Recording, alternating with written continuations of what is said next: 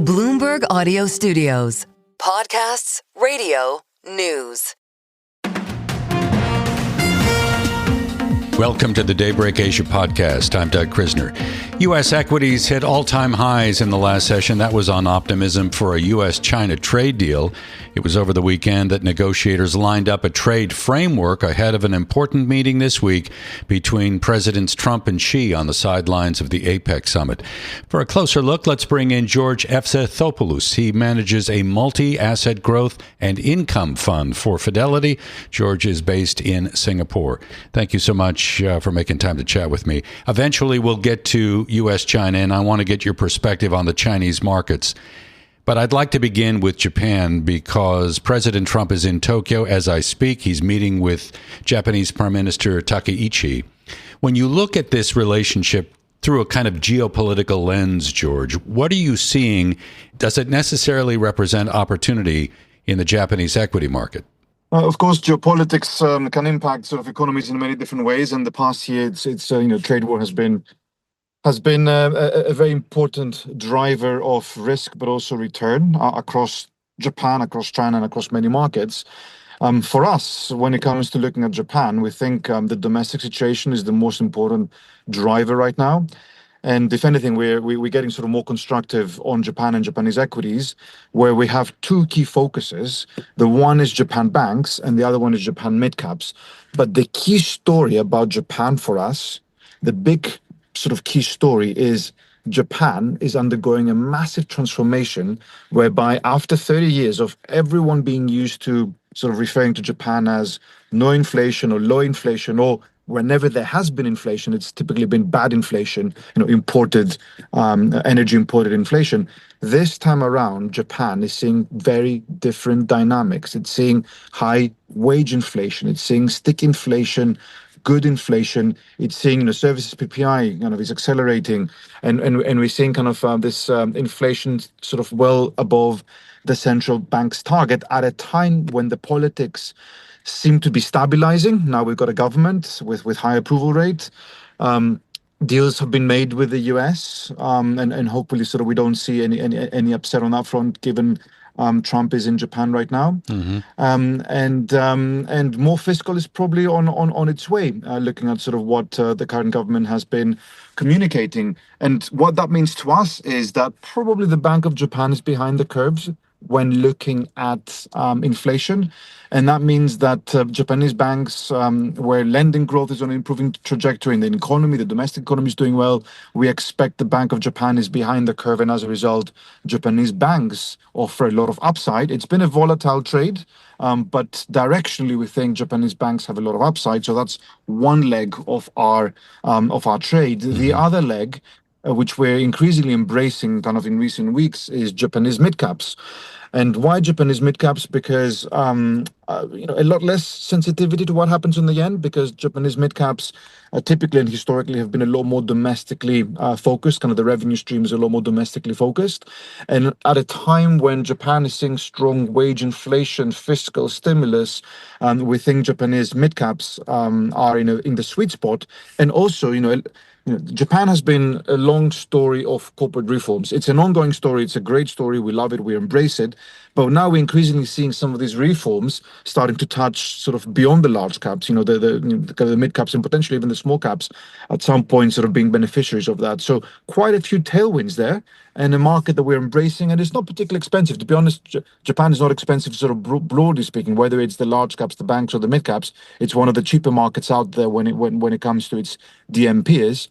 So it's got it's got a valuation argument, it's got an improving fundamentals argument, and the politics are also going the right direction. So this is a trade, or kind of a trade that has two legs that we're embracing. So the yen has been very weak. You mentioned that you believe the BOJ is behind the curve here. What if we get a little bit of strength in the currency? How might that impact the big multinationals in Japan that rely a great deal on exporting? So yes, the yen has been weak. I personally expect that's going to later in the year, or perhaps early next year, we're going to see a bit of a reversal in that, because you've got the Bank of Japan, or Japan, which is probably one of the very, very few countries around the world that is on a hiking cycle. It's slow, it's delayed at times, but directionally, the Bank of Japan will continue to hike at a time when the rest of the world, and especially vis-a-vis the US, if we think of the dollar sort of yen cross, the US has recommenced on its easing path after a year of a break, and if we also look at sort of the Fed composition, it's increasingly becoming more dovish. So you just look at the sort of the interest rate differentials, and we expect to see at some point some yen strength. What will that mean for the large caps? Historically, for the past 10, 15 years, it's fair to say that Japanese corporates have been a lot more sensitive to the yen. But it's important to remember that before that there was less sensitivity. And if anything, if we look at the past sort of year and a half or so, we also have seen a bit less sensitivity when it comes to the large caps and the yen. The relationship is still there, but it's not as strong as it was. So I expect the large sort of exporters to be a bit more immune to yen strength if we end up seeing the global cycle accelerating. And this is our view, because you've got, the Fed is essentially easing in a cyclical reacceleration that will help lift all boats in the US and beyond. And at the time when a lot of trade deals are happening, we expect sort of the global cycle to accelerate, and Japan should be a key beneficiary of that. But given kind of what I mentioned earlier about sort of Japan banks and Japan midcaps, these are two sectors that are really sort of a lot less sensitive to what happens on the yen. So our focus has been a lot more on these two sort of trades rather than kind of the large caps at this stage. So, George, I hear you're reasonably constructive on certain pockets of the equity market in Japan. I'm wondering whether you're feeling the same way about Chinese markets, including Hong Kong. We've been constructive on China throughout the year, to be honest. At the very beginning of the year, I remember kind of being on Bloomberg and sort of noting that this is a rally. Kind of for the first time, this is a rally that we're not selling, because this rally is more embedded, has a lot more fundamentals sort of supporting this. Previously, in the past, 2023, 2024, China has been more of a trading opportunity, where it's been sort of a buy the rumor, sell the fact. Whereas at the start of this year, we think that there's a lot more fundamentals supporting sort of the story.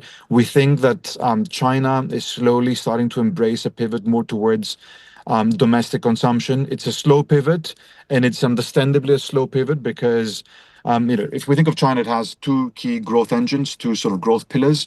The one is the exports, and the other one is the domestic consumption story. One has been going overdrive, the other one has been sort of punching below its weight. And exports, to probably the surprise of most, exports, even now, the latest export pace has been quite strong in China. And as a result, the urgency for Chinese policymakers to pivot more towards domestic policies, sort of stimulus, has been, the urgency is not there. But we don't expect the export component to be as strong as it has been, given sort of the global trade disruption, given the kind of the geopolitics. And we expect to see more of a pivot towards domestic consumption. We think this makes sense. China for a while now has been fighting disinflationary forces. We think a pivot towards domestic stimulus and supporting the domestic consumption story, households. We think this is the most sustainable way to fight sort of disinflation and deflation. We've already been seeing kind of elements of targeted subsidies. A year ago, pretty much Q4 of last year, Q4 of 2024, we saw those targeted subsidies across certain sectors. It hasn't been broad-based, it has been targeted, but for us, one of the important things has been a year ago, when these targeted subsidies were announced, there was a big part of the market that thought, even if China does that, it might not really work. And, a few sort of months or quarters on, we did see that wherever China did those targeted subsidies, they really did work, and consumption in those areas really did pick up. And that, I think, sends a very important message, both to policymakers and to market participants, that if China decides to do more of that stimulus, it will work. We expect to see more stimulus coming through. Again, as I said, I think this is the most sustainable way for China to fight sort of this inflation story. Since then, we've also seen the involution where China is trying to target excess supply. And, yesterday was it yesterday or the day before? We had industrial profitability, a big jump, sort of multi-year sort of big jump. So, it's not helping the entire sort of all sectors of the economy, but we are seeing China sort of essentially trying to address the very well-known issues.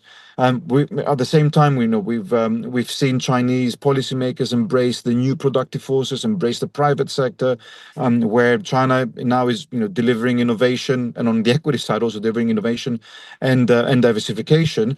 And there's been a kind of the question in investors' minds for the past many years has been: is China investable? That's when we meet with clients, that's been a key question we've been asked, and our response has always been the same: China is investable so long as it's delivering earnings. And for the past many years, China has not really been delivering earnings at a time when other parts of global equity markets has been delivering earnings, US and beyond.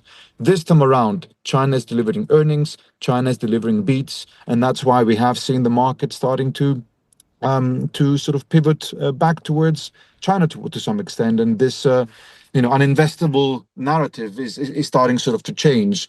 So we do like China, we do like Chinese equity markets, whether it's sort of the tech sector, kind of the offshore and tech sector, but also we do like CSI 500, so it's kind of the more domestically focused part of the economy, which should be the most direct beneficiary should we end up seeing sort of more stimulus coming through. And it's not a part of the market that's particularly expensive. George, we'll leave it there. Thank you so very much. George Efstathopoulos, he manages a multi-asset growth and income fund for Fidelity. George is based in Singapore, joining us here on the Daybreak Asia podcast.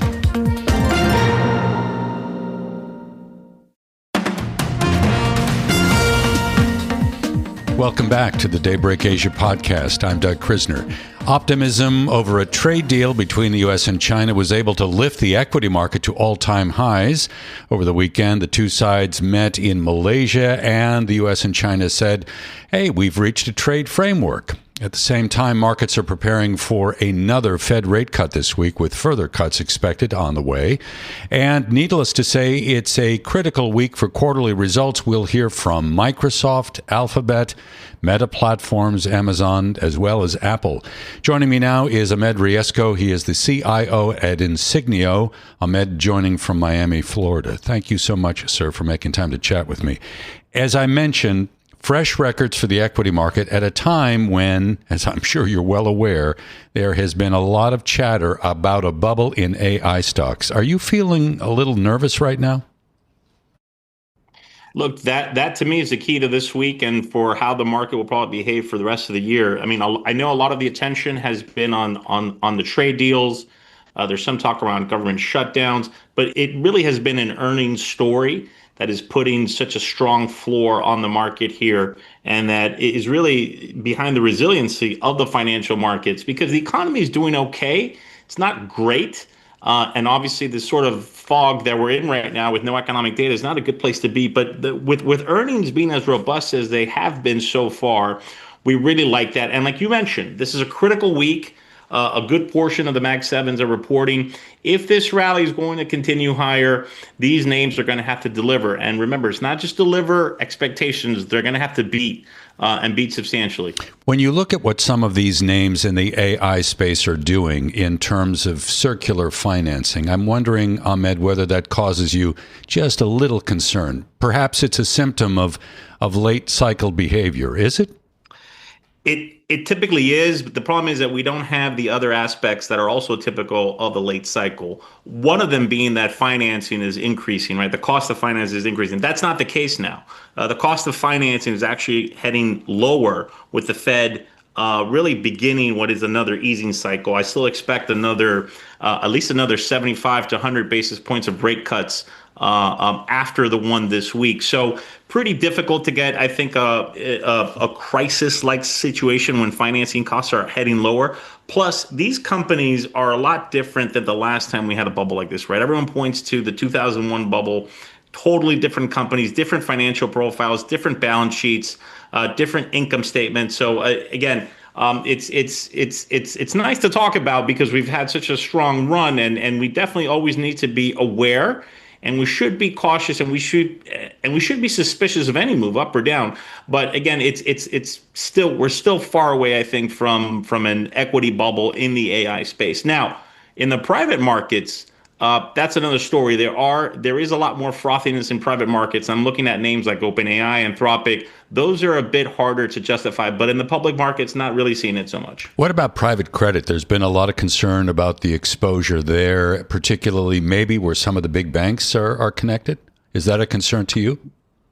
No, I think the big banks are in really good shape, and what we're seeing is that some of the issues we had last week, you really look at it, be sort of, you lift the hood and you look underneath. Really, it's idiosyncratic problems with a few banks. Lending standards got a little loose. In fact, there seems to have been some fraud there. So I really do think that this is an idiosyncratic thing that happened among a few names. I don't think this is going to morph into something more systemic.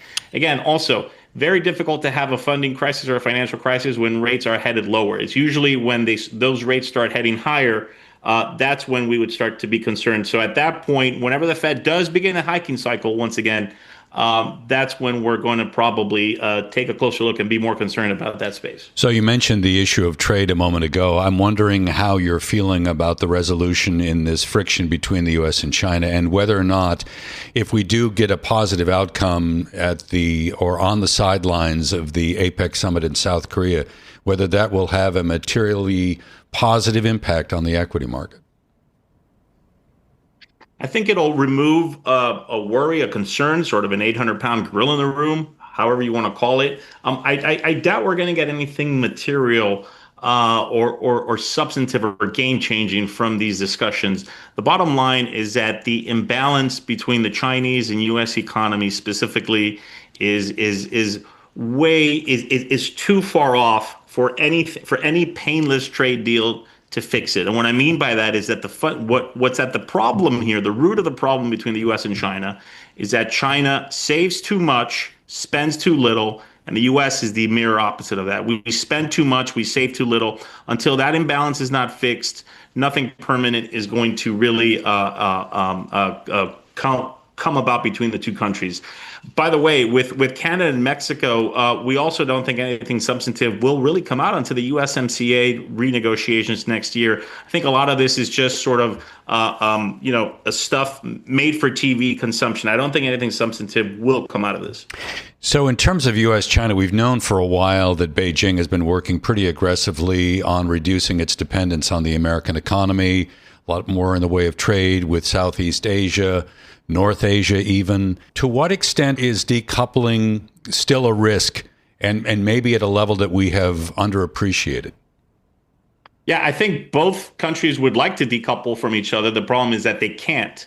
And the reason they can't is because there is no substitute for the other economy in their world. The Chinese, there is no substitute for the U.S. consumer out there in the global markets. At the same time, from the U.S. perspective, there is no substitute for the manufacturing capacity that is in China. So again, yes, they would like to decouple for strategic reasons. However, the reality comes that they cannot. At least they cannot in a painless way, right? The decoupling would have to be so painful that I don't think either country right now is willing to tolerate the pain that would require to actually decouple the two countries. Speaking of pain, let's talk a little bit about the American labor market. We had some interesting news today. Bloomberg and Reuters both reporting that Amazon is on the verge of job cuts well into the thousands, maybe as many as 30,000 workers. Now, AI is obviously a part of the story, but I'm curious, what's your sense of the American labor market right now? Yeah, so I definitely think the labor market is weakening. It's one of the reasons why I've been saying on record that the Fed should have probably started cutting rates back in June. I've been concerned with the trajectory of labor demand. What's helping us out here, so to speak, is that we're seeing is that the U.S. economy has had a productivity boom. And the reason why I can say that with high confidence is because we really have not been hiring many people, and yet our GDP numbers have been, quite spectacular. That goes to tell me that a lot of GDP is being now done is being automated away. I think that is going to create a structurally lower demand for workers. And so I think the break-even rate for the U.S. economy is probably much lower than what we thought. So somewhere around 15 to 20,000 jobs are what probably need to be added to keep the labor market in balance. So as long as we stay above that and we don't go negative, I think we'll be okay. I think if the Fed continues cutting rates, I think we'll be able to skirt that issue, but it definitely hangs on a precarious balance. Do you feel that the equity market overall continues, well, maybe it needs to broaden out a little bit more in order for this move higher to be durable? I do. And that would bring me a lot of comfort. I think it would bring a lot of other asset allocators comfort. So far, we haven't seen that. We'll see. This is the chance that companies get to show us their earnings and their guidance. So we'll see if that broadens out. We've had a couple of false starts in the small cap space. I think precisely because they're so cheap. But in order to get a sustainable long-term rally here, I think we are going to have to see a broadening out of that space. Now, listen, let's be on point here. Small caps have outperformed the S&P 500 over the last 6 months. So I also don't want to make it seem like it's been a completely false breakout, but we really need to start seeing some of this turn into actual earnings on the small cap side here going forward. All right, Ahmed, we'll leave it there. Always a pleasure. Thank you so very much. Ahmed Riesgo, he is the CIO at Insigneo, joining from Miami, Florida, here on the Daybreak Asia podcast. Thanks for listening to today's episode of the Bloomberg Daybreak Asia Edition podcast. Each weekday, we look at the stories shaping markets, finance, and geopolitics in the Asia Pacific. You can find us on Apple, Spotify, the Bloomberg Podcast YouTube channel, or anywhere else you listen. Join us again tomorrow for insight on the market moves from Hong Kong to Singapore and Australia. I'm Doug Krisner, and this is Bloomberg.